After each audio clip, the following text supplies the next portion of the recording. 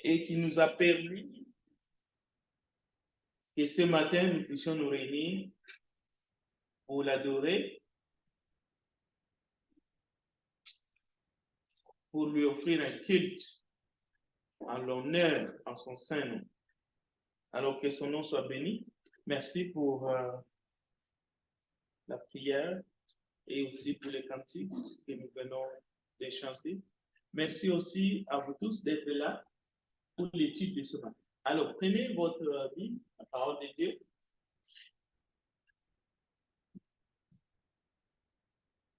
Jean chapitre 16,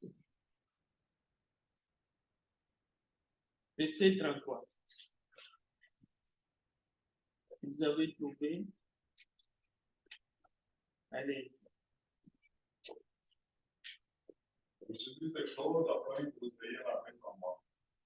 Vous aurez des tribulations dans le monde, voilà. Merci pour la lecture. J'aimerais que le frère Emmanuel nous répète la même chose encore une fois. Et j'aimerais vraiment que nous soyons tous concentrés pour écouter cette parole qui est une parole de grâce.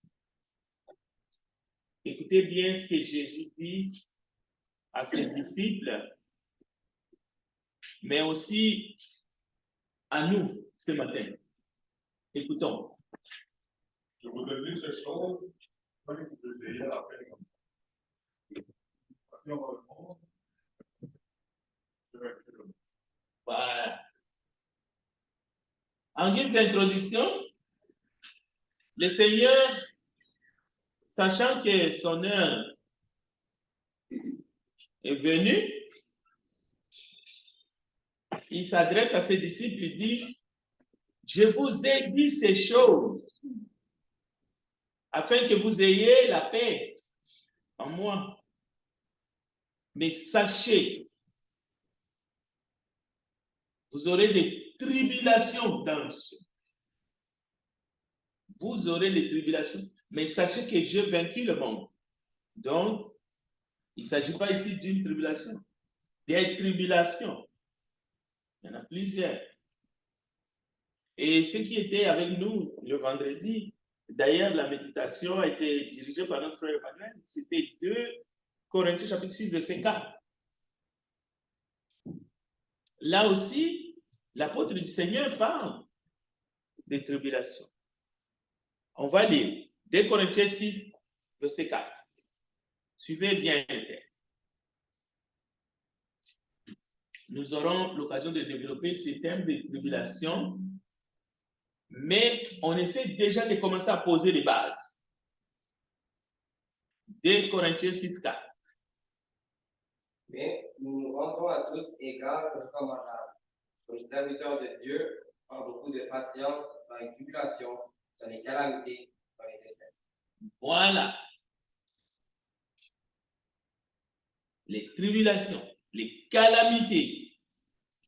En fait, le but de Dieu en créant l'homme et en le plaçant dans les jardins d'Éden n'était pas de lui éviter les tribulations. Ni la souffrance d'ailleurs. Parce que tribulation, vous verrez qu'est-ce que ça veut dire. Ça veut dire beaucoup de choses. Mais il y a d'autres mots pour exprimer tribulation. Calamité et il y a pas mal d'autres choses. On peut trouver d'autres mots, mais qui expriment toujours l'idée de tribulation. Alors, le but de Jésus, en venant sur la terre, ce n'était pas pour nous sauver des tribulations. Comme ceux qui pensent que Jésus est venu sur la terre pour nous sauver des souffrances. Non, Jésus n'est pas venu pour nous sauver des tribulations, pour nous épargner les tribulations.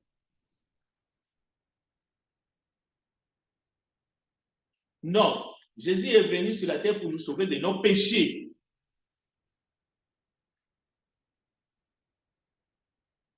On peut dire ceci. Même là-haut, dans les ciels, à un moment donné, quand nous lisons dans la parole de Dieu, nous allons nous rendre compte qu'il y a eu des guerres. Alors, dans la parole de Dieu, j'aimerais attirer votre attention depuis l'éternité, en créant un homme libre, un homme doué, un homme doté du libre arbitre, capable de choisir, un homme qui a le pouvoir de choisir d'aimer Dieu ou de ne pas l'aimer, jamais il est venu dans l'esprit du divin d'épargner l'humain des tribulations ou de quoi que ce soit. Les jardins d'Éden étaient pavés d'or. Tout y était, tout. Mais qu'est-ce qu'un serpent ancien est venu faire là-dedans? Mais il y avait tout, tout était là, tout était beau. Il y avait des chrysalides, il y a tout. Il y avait tout ce qu'il faut. D'où est sorti ce Diabolicus, un serpent ancien dans les jardins d'Éden? Cela veut dire, en plaçant l'homme dans les jardins d'Éden, le but du Père, ce n'est pas de lui préserver des tribulations. Tribulations, appelez-les comme vous voulez. Mais c'était que ces têtes ou ces êtres puissent vivre dans l'obéissance, puissent se soumettre volontairement et vivre la communion parfaite avec le Créateur. Alors, pour terminer avec cette introduction, écoutez, ceux qui pensent que le retour de Jésus, c'est pour nous épargner d'une tribulation, qu'elle soit grande ou petite, ils sont dans l'erreur. Jésus ne revient pas pour nous mettre à l'abri de la grande tribulation. C'est complètement erroné. C'est taper à côté. C'est pour ça qu'il y a ces faux enseignements que le but de l'enlèvement, c'est pour nous épargner de la grande tribulation.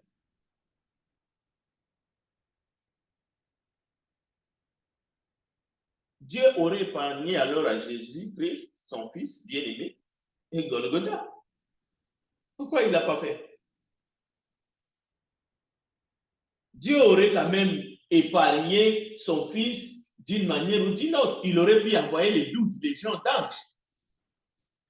Le but du retour de Jésus et de l'enlèvement, ce n'est pas pour que les justes, les enfants de Dieu ne puissent pas passer dans la grande tribulation.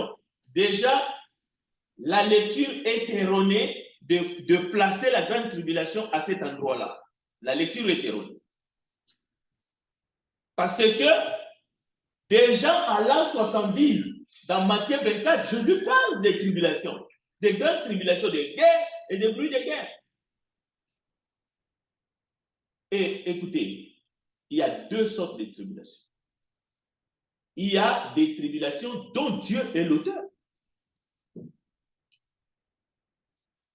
Dans tous les temps, pas seulement à la fin, dans tous les temps, il y a des bouleversements qui se sont opérés dans ce monde depuis la création, même depuis les jardins d'Éden. C'est un bouleversement, c'est un cataclysme, c'est un tsunami qui s'est passé dans les jardins d'Éden. Juste la présence de cet ange déchu sous forme de serpent qui vient et se présente devant Adam et Ève.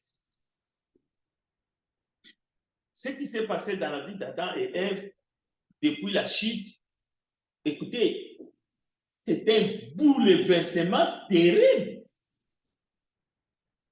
Au point que les animaux qui étaient dociles, la moustique commence à piquer. les épines. La terre produit des épines. Donc, il y a un bouleversement, il y a des tribulations dont Dieu est l'auteur et dont la Bible parle, mais il y a des tribulations dont la source est l'ennemi, dont la source est les adversaires. Mais tout cela se trouve dans la Bible. Alors, il faut déjà comprendre ici que le but de Dieu, Dieu n'a pas vocation de nous sauver des tribulations. Par contre, nous pouvons passer dans les tribulations. Nous pouvons traverser des tribulations, c'est-à-dire contre les vagues de marée. La mer peut s'élever, la tempête peut s'abattre contre les disciples alors que le Christ lui-même est dans le bateau.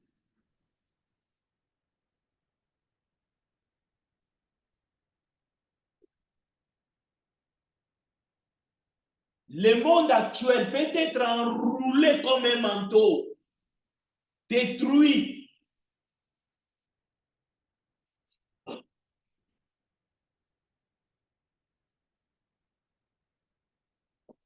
Bon, Dieu nous aime pour lui. Et il ne nous aime pas pour nous sauver de quelque... Non, il nous sauve de nos péchés. Mais nous pouvons choisir l'enfer. C'est un choix que nous faisons. Mais nous pouvons choisir l'amour de Dieu. Alors nous verrons pourquoi Jésus revient. C'est pour que là où il est, nous soyons. Comme il y a des anges obéissants qui sont auprès de lui, les archanges, les chérubins. Mais il y a ceux-là qui étaient avec lui et qui ont choisi l'adversité. Et on connaît la suite. Mais la terre, le monde actuel, et même le ciel actuel, la Bible dit tout cela passera en fracas. Et alors, parce que tout cela va passer par le feu, Dieu a décidé d'enlever son peuple. Pas pour les préserver de la grande tribulation, non. Parce que nous serons avec le Seigneur au siècle des siècles. Et la Bible précise, dans les airs. 1 Thessaloniciens. Donc ne vous détrompez pas. Aujourd'hui, Dieu veut vous sauver de vos péchés. Parce que vos péchés vous séparent avec Dieu pour l'éternité. C'est pour cela que Christ est mort.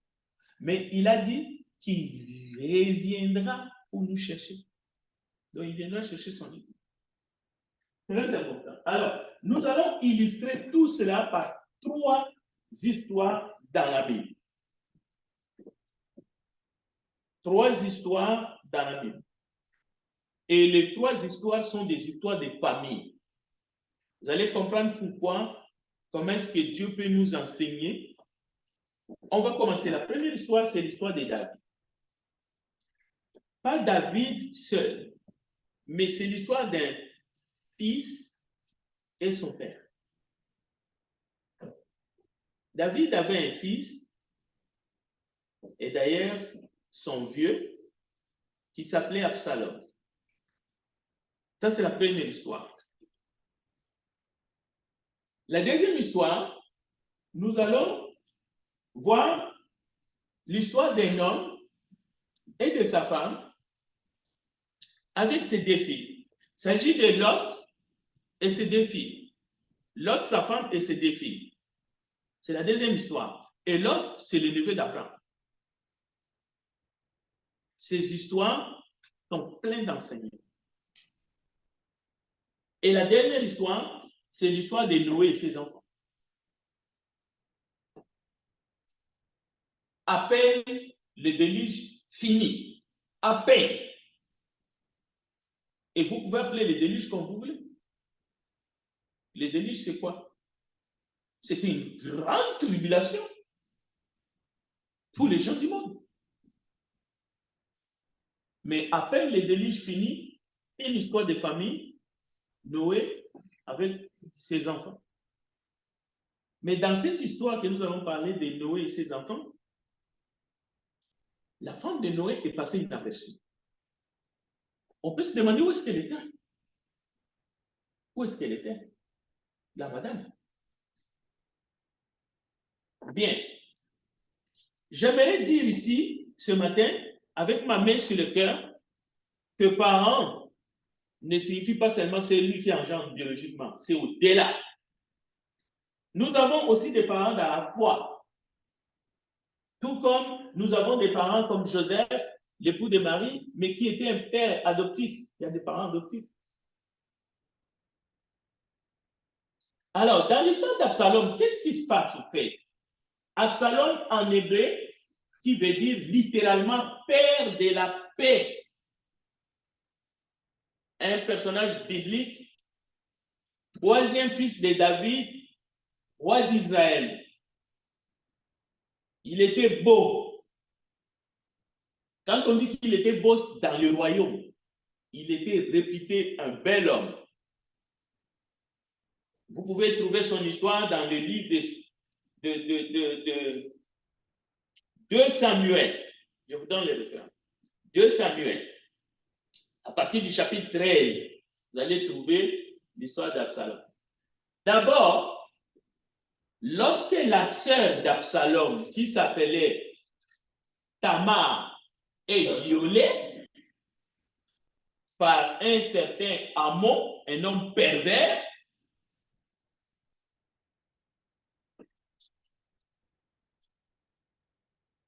et Amon, c'est le fils aîné de David à cette époque.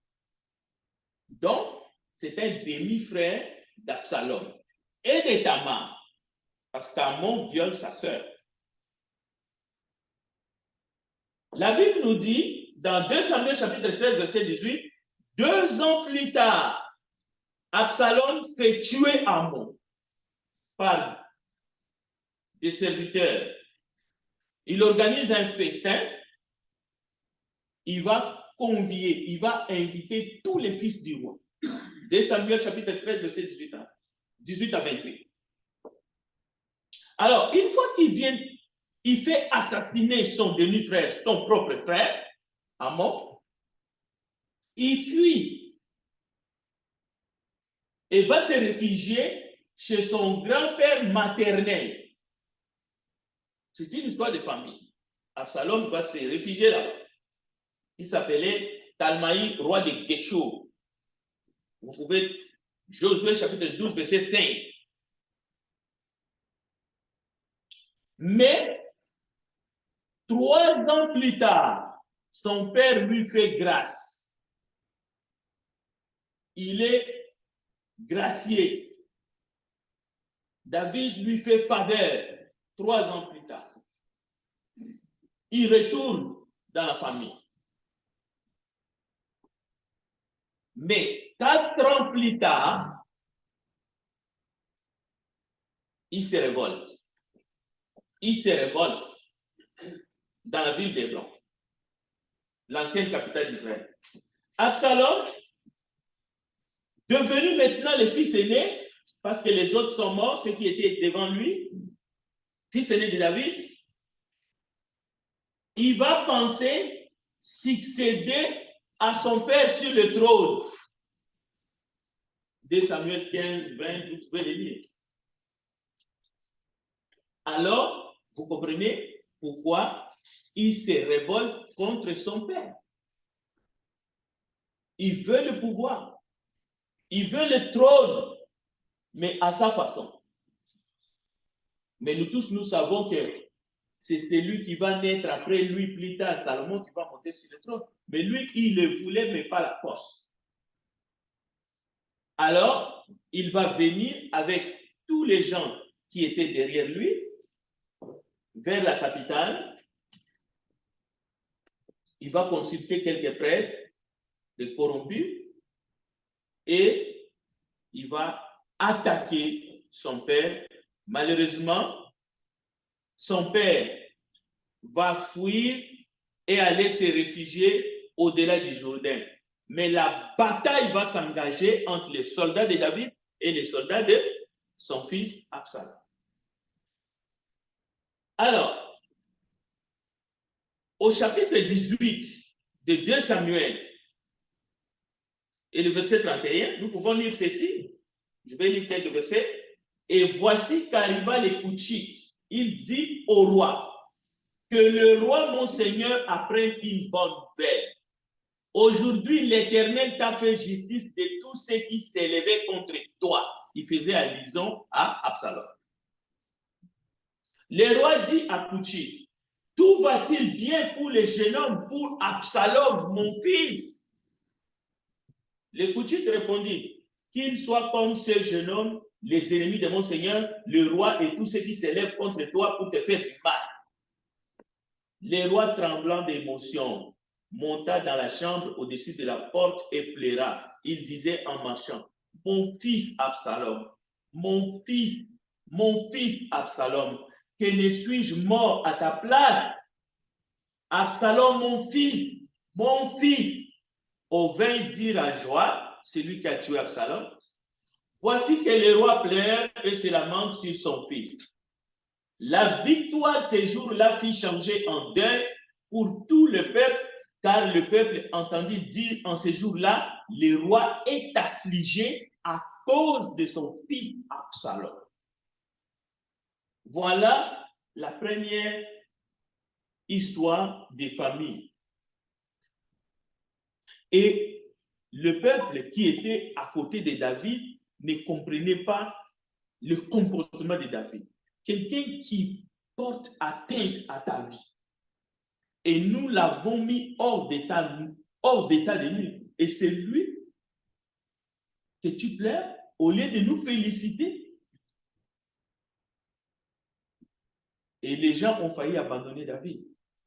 Il fallait qu'il se calme. Mais ce qui est important, c'est le cœur de David. Il a pleuré son fils. Qu'est-ce que nous pouvons apprendre dans cette histoire?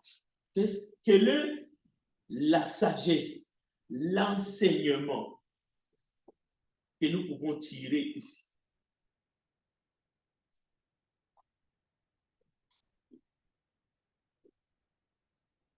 C'est une histoire de famille. Mais c'est un drame. Bon, nous allons y revenir. Les filles de Lot, toujours dans l'Ancien Testament, dans les livres de Genèse, au chapitre 19, Dieu voulait détruire 2 villes, Sodome et Gomorrhe. Vous savez ce qui s'est passé dans cette ville, comment ses habitants se comportaient. Dieu envoie des émissaires qui étaient des anges auprès du neveu d'Abraham qui est Lot. Et la Bible parle de Lot comme un homme juste, un homme d'épée. Le neveu d'Abraham devait fuir cette contrée, disons Sodome et Gomorrhe. Il devait sortir avec sa femme et ses 2 filles. Mais il y a une résistance. D'abord, la population méchante n'a pas voulu les laisser partir. Ils ont voulu faire du mal même aux anges, les envoyés de Dieu. Imaginez. Lot va s'interposer. Lot va tenter même de livrer ses propres filles en disant, mais ces 2 filles sont bien, prenez-les, mais ne touchez pas à ces envoyés, à ces émissaires. Mais, en quittant la ville, les instructions seraient données à Lot et à sa famille. Mais malheureusement, la femme de Lot ne va pas obéir. Combien de fois Lot, même Abraham, est allé délivrer son neveu Combien de fois Lot a souffert? La Bible dit toutes ces années, lorsqu'il voyait la conduite des gens de Sodome et Gomorrhe, c'était très, très pénible pour lui dans son cœur.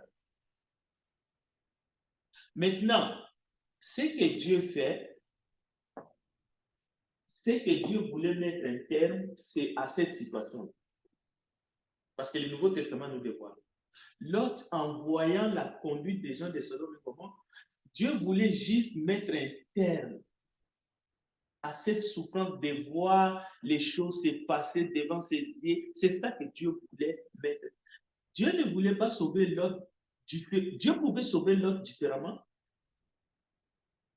Dieu était capable que Lot soit dans la ville de Sodome et Gomorrhe et le feu tombe partout ailleurs sauf dans cette maison-là. Dieu était capable. Dieu voulait que la famille de Lot apprenne l'obéissance en quittant Sodome et Gomorrhe. En se séparant des gens de Sodome et Gomorrhe, il fallait aussi qu'ils apprennent l'obéissance. Chose que la femme de Lot n'a pas compris. Elle n'a pas du tout. Elle a regardé en arrière, elle s'est transformée en amas de sel.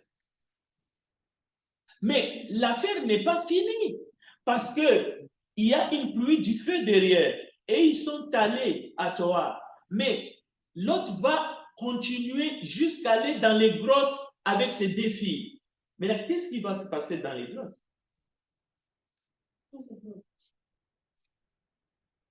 On pourrait dire l'histoire est finie, tout est beau, tout est parfait. Dieu vient de les sauver justement du feu, du souffle qui tombait en haut. Non, ce n'est pas fini. Cela veut dire que la démarche de Dieu, c'est Jésus est venu pour nous sauver de nos péchés. Et non pas nous sauver d'une tribulation quelconque. Parce que en Égypte, lorsque l'ange de la mort est venu, l'ange de la mort est entré en Égypte. Les enfants d'Israël étaient en Égypte. Il y a eu la terreur depuis toute la nuit. Il y a eu des cris, il y a eu des morts. Les enfants, le premier-né, sont morts, mais les enfants d'Israël étaient en Égypte. Mais devant la porte, sur les linteaux de leur porte, il y avait du sang. Et lorsque l'ange de la mort voyait ce sang, il passait par-dessus. Donc, que personne n'essaye de vous faire croire que Jésus-Christ, il revient ou l'enlèvement a pour but de nous sauver de la grande tribulation. C'est une utopie.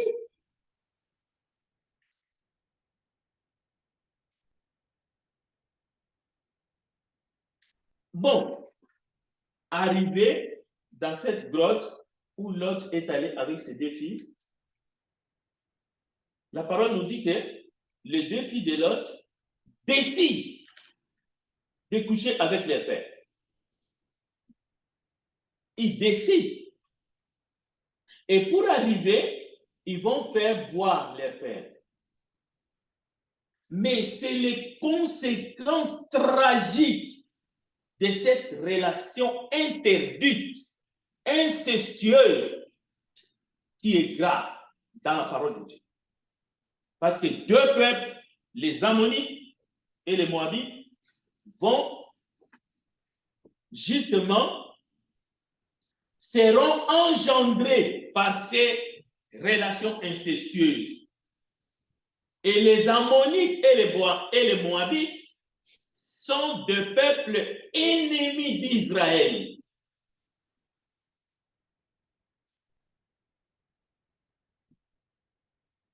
On peut se poser toutes sortes de questions. Parfois, on se dit, il est bon de faire quelque chose comme tout le monde. Oui, c'est parce que ils voulaient que leur père puisse avoir une descendance, tout ce que vous voulez. Non, c'est de la foutaise. Ils voulaient seulement faire comme tout le monde. Ils voulaient être comme tout le monde. C'était pour leur propre plaisir, pour leur propre satisfaction. Ce n'était pas pour donner une descendance à leur père. Mais encore une fois, Lot, la Bible dit, il ne s'aperçut ni quand elle se coucha, ni quand elle se leva. Lot, en se réveillant de l'ivresse, au fait, il n'avait rien vu. Ça, c'est aussi un enseignement. Pour nous. Et la troisième histoire, c'est l'histoire de Noé. L'homme intègre, en son temps, l'homme juste, l'homme qui marchait avec Dieu. Mais la Bible nous dit, c'est lui qui croit être devenu, qu'il prenne garde de tout. À peine sorti de l'âge, Noé commença à cultiver le sol et plantant de la vigne. Genèse chapitre 9, il but du vin et devint ivre. C'est de son propre chef qu'il a bu du vin. C'est lui qui a cultivé. Mais comme conséquence, il enleva ses habits au milieu de sa tente.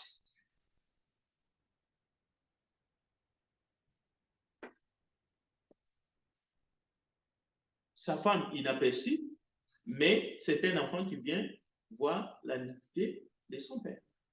Et il y a des conséquences qui sont encore mal interprétées jusqu'au jour. Qu'est-ce qui s'est-il passé? Qu'est-ce qui s'est-il passé dans cette famille, dans cette troisième famille? Qu'est-ce que ce jeune homme a fait en voyant la nudité de son père? Pourquoi a-t-il agi de la sorte? On peut se poser des questions.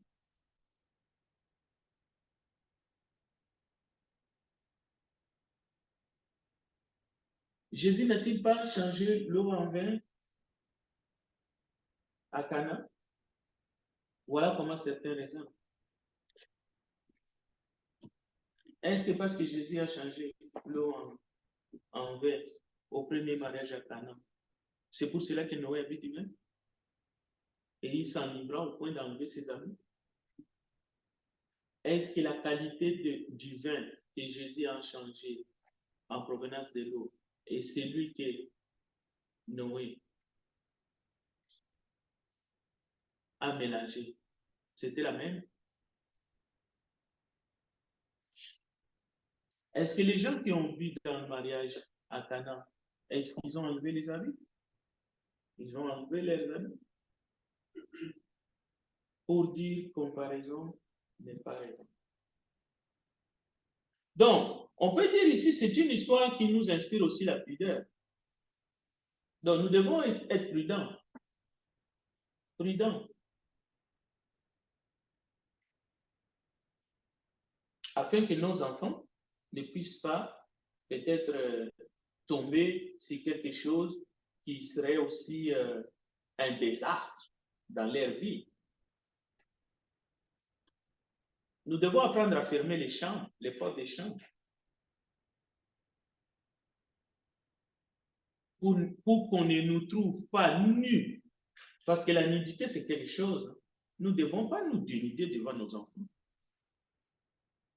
C'est quoi ce problème-là? C'est quoi cette occidentalité-là d'enlever les habits devant les enfants, maintenant d'essayer de se mettre en petite culotte devant les enfants? C'est quoi cette moralité-là? C'est la perversité. Ne pas se promener dans la maison en tenue légère, surtout que les enfants grandissent. C'est important. Bien, mais l'histoire des Tcham, c'est très important. Très important. Lorsque nous allons parler des tribulations, c'est une calamité, c'est une grande tribulation, mais dans la famille de Noé. Mais où est Dieu? Est-ce que Dieu a abandonné cette famille? Est-ce que Dieu a laissé faire que ces choses arrivent? Non. L'intégrité de Noé, la justice de Noé, Noé pouvait continuer sa vie. Mais nous verrons que lorsque nous allons toucher ces sujets, nous verrons, mes frères et sœurs, que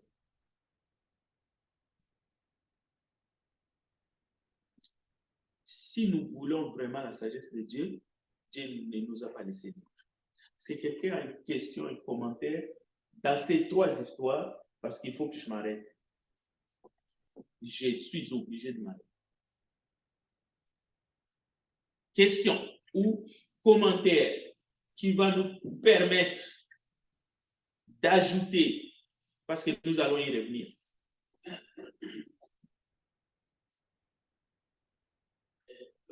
Oui, Emmanuel. Dans l'histoire de l'eau avec ses 2 filles. Oui. Est-ce que c'était par le plan de Dieu? Parce que l'eau devrait avoir une postérité. De toute façon, parce que dans cette zone où c'est lourd, il n'y a pas beaucoup de personnes. Ce sont des 2 filles avec lui. Est-ce que c'était par le plan de Dieu? Non. Alors, j'ai une deuxième question. Quand on parle de la mixité, est-ce que, lorsqu'on parle de la mixité, est-ce que ça peut avoir 2 connotations? Par exemple, une personne qui vit, par exemple, dans le péché, devant Dieu, il paraît nu, c'est ça? C'est pour moi. Mais pour les vêtements, ça fait beaucoup de choses. Par exemple, il y a des personnes qui font des vêtements légers, mais qui agissent vraiment presque conformément avec la parole de Christ. Non. Je ne te permets pas de dire ça. Mais par contre, ton premier commentaire sur il y a 2 types d'identité, mais il ne faut pas jouer là-dedans. Il y a, dans chaque enseignement, il y a d'abord l'information qu'on nous donne. Donc, la première identité dont tu fais allusion, je ne veux pas creuser, je n'ai pas le temps, mais je vais donner des exemples clairs. Tu ne dois pas montrer ta nudité, même dans la loi. Tu ne peux pas voir la nudité de ton père. Ça n'a rien à voir avec la nudité spirituelle. Ça, c'est un enseignement qu'il faut dire Amen, parce que c'est dans la Bible. Maintenant, il y a aussi cette nudité spirituelle dont tu fais allusion. Ça, c'est vrai, dont on parle dans Apocalypse chapitre 2, les lettres aux églises. Mais dire que quelqu'un peut se dénuder comme les Corinthiens, laisser ses parties intimes dehors et pratiquer la parole de Dieu, ça, je ne peux pas permettre ça. Parce que l'apôtre a réprimandé les chrétiens de Corinthe, les femmes. Et Dieu lui-même, dans le jardin d'Éden, lorsque Adam et Ève ont désobéi, il a fait quoi? Il a couvert leur nudité par des habits faits par des peaux, des bêtes. Et c'est le sang qui a coulé. Donc, la décence, c'est important dans la vie chrétienne aujourd'hui. Mais en Occident, où les gens se mettent sur leur balcon en tenue d'Adam et Ève. Non. Quelqu'un d'autre. Qu'est-ce que je parle de la critique des choses qui sont en train de décider. Alors, tu peux parler de vêtements légers. Par exemple, au Canada et aux États-Unis, je vois que des chrétiens qui s'habillent vraiment avec presque n'importe quoi. Il y a des gens comme ça. Ils portent des vêtements vraiment qu'on ne devrait pas venir à l'église avec ces vêtements. Mais ils le portent comme ça. Nous n'allons pas.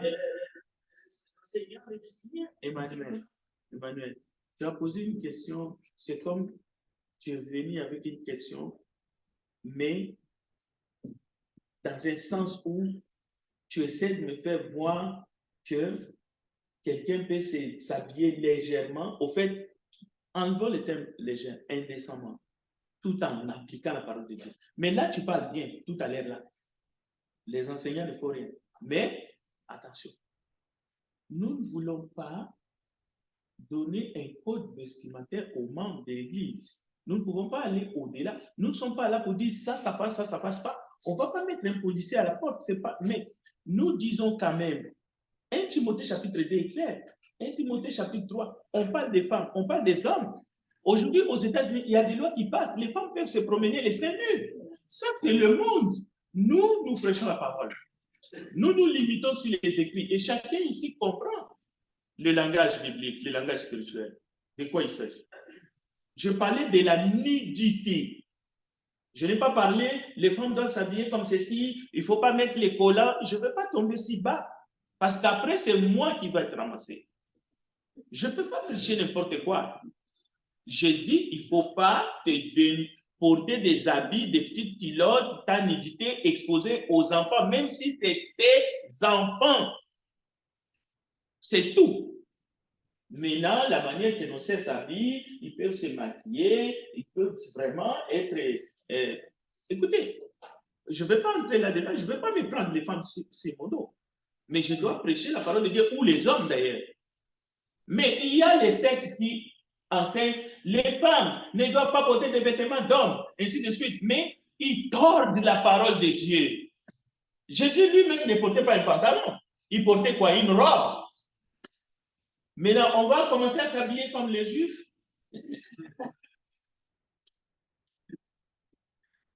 À moins que vous voulez que dimanche prochain, je vienne en robe, là, en tenue. Je ne le ferai pas. Je ne suis pas un protestant. Amen. Bon, en tout cas, je vais m'arrêter. Bien, prions. Terminons par une prière. Seigneur, nous te bénissons. Merci pour ta grâce et pour ta miséricorde. Nous voulons, Seigneur, que ce matin, nous puissions encore te rendre un culte agréable à l'honneur de ton saint nom. Bénis, Seigneur, ceux qui sont encore en route et nous qui sommes ici. Bénis tous ceux qui vont intervenir ce matin, Père.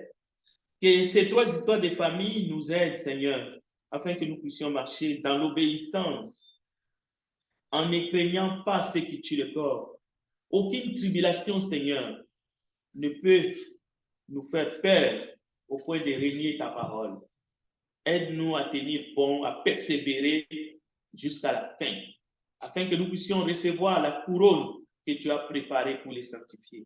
Au nom de Jésus-Christ, notre Sauveur, nous avons ainsi prié. Amen. Amen.